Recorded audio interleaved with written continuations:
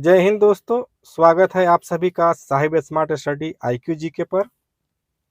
दोस्तों आज हम पढ़ेंगे मॉडर्न हिस्ट्री से कुछ इम्पोर्टेंट क्वेश्चन जो किसी भी कम्पिटिटिव एग्जाम के लिए यूजफुल रहने वाला है।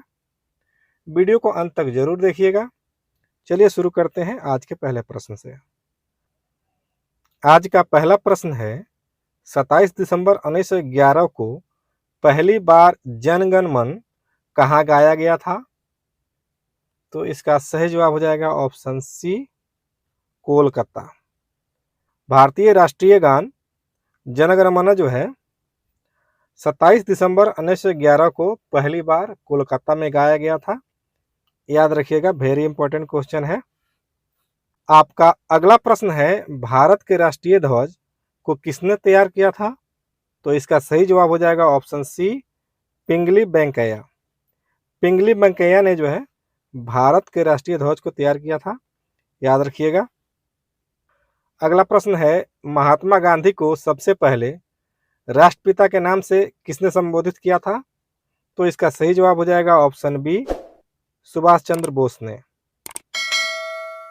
महात्मा गांधी को सबसे पहले राष्ट्रपिता के नाम से सुभाष चंद्र बोस ने संबोधित किया था। याद रखिए। अगला प्रश्न है महात्मा गांधी ने सत्याग्रह क्रियाविधि सबसे पहले कहाँ प्रयुक्त की? तो इसका सही जवाब हो जाएगा ऑप्शन बी, चंपारण। महात्मा गांधी ने सत्याग्रह की शुरुआत जो है चंपारण से की थी। याद रखिएगा।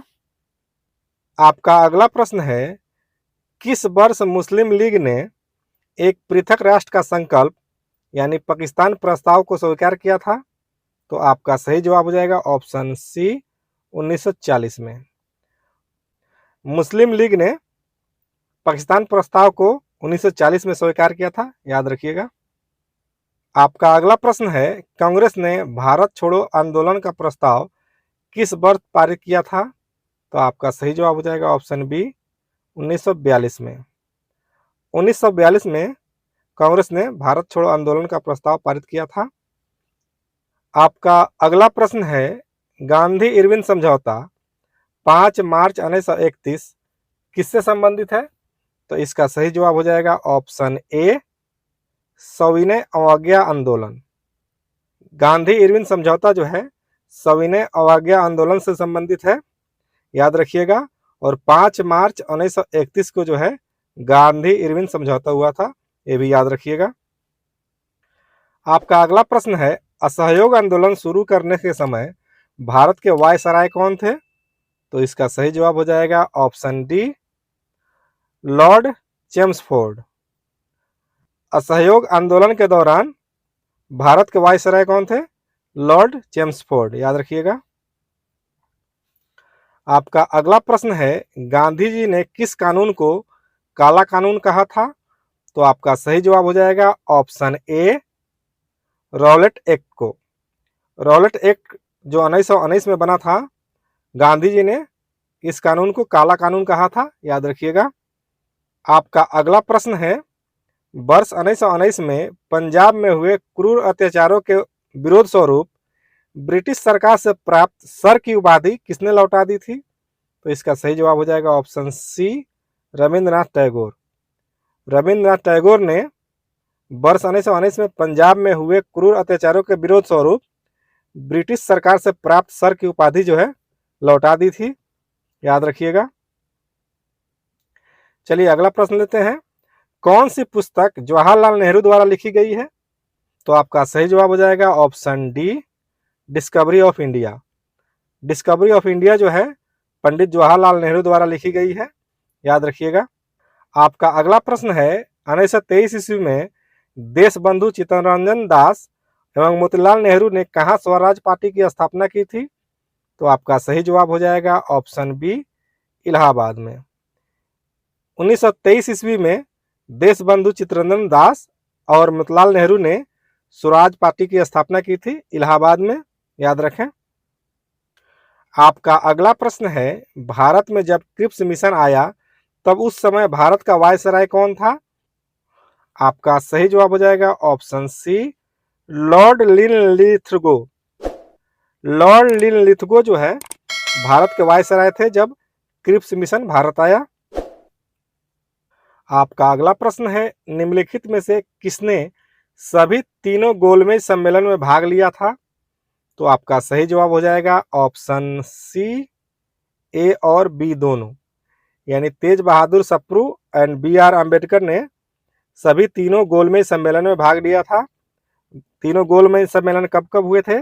1930, 1931 और 1932 में जो है गोलमेज सम्मेलन हुए थे, और तीनों गोलमेज सम्मेलन में तेग बहादुर सप्रू और बी आर अम्बेडकर ने भाग लिया था, याद रखिएगा। आपका अगला प्रश्न है, गांधी जी दक्षिण अफ्रीका में कितने वर्ष रहे?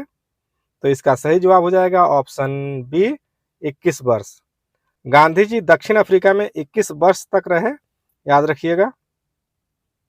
आपका अगला प्रश्न है, वे राष्ट्रीय नेता कौन थे जो 1925 में सेंट्रल लेजिस्लेटिव असेंबली के अध्यक्ष निर्वाचित हुए थे? तो इसका सही जवाब हो जाएगा ऑप्शन डी, विट्ठल भाई पटेल।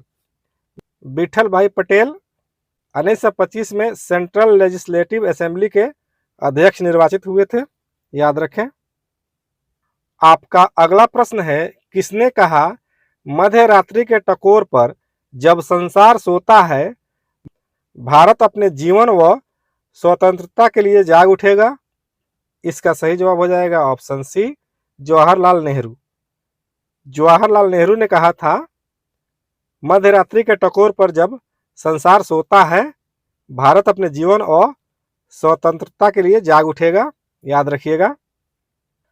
आपका अगला प्रश्न है, भारतीय राष्ट्रीय आंदोलन के 1905 से 1917 की अवधि को क्या कहा जाता है? तो आपका सही जवाब हो जाएगा ऑप्शन बी, उग्रवादी चरण। भारतीय राष्ट्रीय आंदोलन के 1905 से 1917 की अवधि को उग्रवादी चरण कहा जाता है। आपका अगला प्रश्न है, भारतीय राष्ट्रीय कांग्रेस की सबसे पहली महिला अध्यक्ष कौन थी? तो इसका सही जवाब हो जाएगा ऑप्शन सी, एनी बेसेंट। भारतीय राष्ट्रीय कांग्रेस की सबसे पहली महिला अध्यक्ष जो है एनी बेसेंट थी।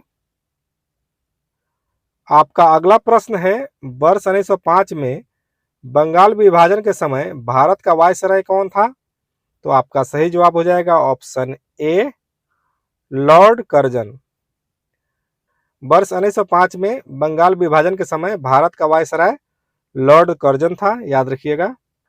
आपका अगला प्रश्न है, वर्ष 1911 में भारत की राजधानी कोलकाता से दिल्ली स्थानांतरित किया गया भारत का वायसराय कौन था? तो आपका सही जवाब हो जाएगा option B, Lord Hardinge. Lord Hardinge के समय जो है 1911 में भारत की राजधानी कोलकाता से दिल्ली स्थानांतरित की गई थी, याद रखिएगा। आपका अगला प्रश्न है, स्वराज मेरा जन्मसिद्ध अधिकार है और उसे मैं लेकर रहूंगा, यह किसने कहा था? तो आपका सही जवाब हो जाएगा ऑप्शन डी, बाल गंगाधर तिलक। बाल गंगाधर तिलक ने कहा था स्वराज मेरा जन्मसिद्ध अधिकार है और मैं इसे लेकर रहूंगा, याद रखिएगा। आपका अगला प्रश्न है, बंगाल विभाजन के विरुद्ध विद्रोह का नेतृत्व किसने किया था? तो आपका सही जवाब हो जाएगा ऑप्शन ए, सुरेंद्रनाथ बनर्जी। सुरेंद्रनाथ बनर्जी ने बंगाल विभाजन के विरुद्ध विद्रोह का नेतृत्व किया था। आपका अगला प्रश्न है, निम्नलिखित में से वह कौन थे जो काकोरी षड्यंत्र कांड में फांसी की सजा से बच गए थे? आपका सही जवाब हो जाएगा ऑप्शन डी, चंद्रशेखर आजाद। काकोरी षड्यंत्र कांड में फांसी की सजा से चंद्रशेखर आजाद बच गए थे, जबकि अशफाकुल्लाह खान, राजेंद्र नाथ लाहिड़ी और राम प्रसाद बिस्मिल को फांसी दे दी गई थी, याद रखें। आपका अगला प्रश्न है, किस आंदोलन के कारण भारतीय राष्ट्रीय कांग्रेस का विभाजन हुआ जिसके कारण नरम दल और गरम दल का उद्भव हुआ? तो आपका सही जवाब हो जाएगा ऑप्शन ए, स्वदेशी आंदोलन। स्वदेशी आंदोलन के कारण भारतीय राष्ट्रीय कांग्रेस का विभाजन हुआ जिसके कारण नरम दल और गरम दल का उद्भव हुआ, याद रखिएगा। दोस्तों, इस क्वेश्चन का आंसर आपको कमेंट में देना है। सत्याग्रह की शुरुआत महात्मा गांधी ने कहां से करी थी? इसका आंसर हमें कमेंट करके जरूर बताइए। दोस्तों, अगर वीडियो अच्छी लगी है तो इस वीडियो को लाइक कर दीजिए, चैनल को सब्सक्राइब कर बेल आइकन ऑल कर लीजिए। मिलते हैं नेक्स्ट वीडियो में, तब तक के लिए जय हिंद,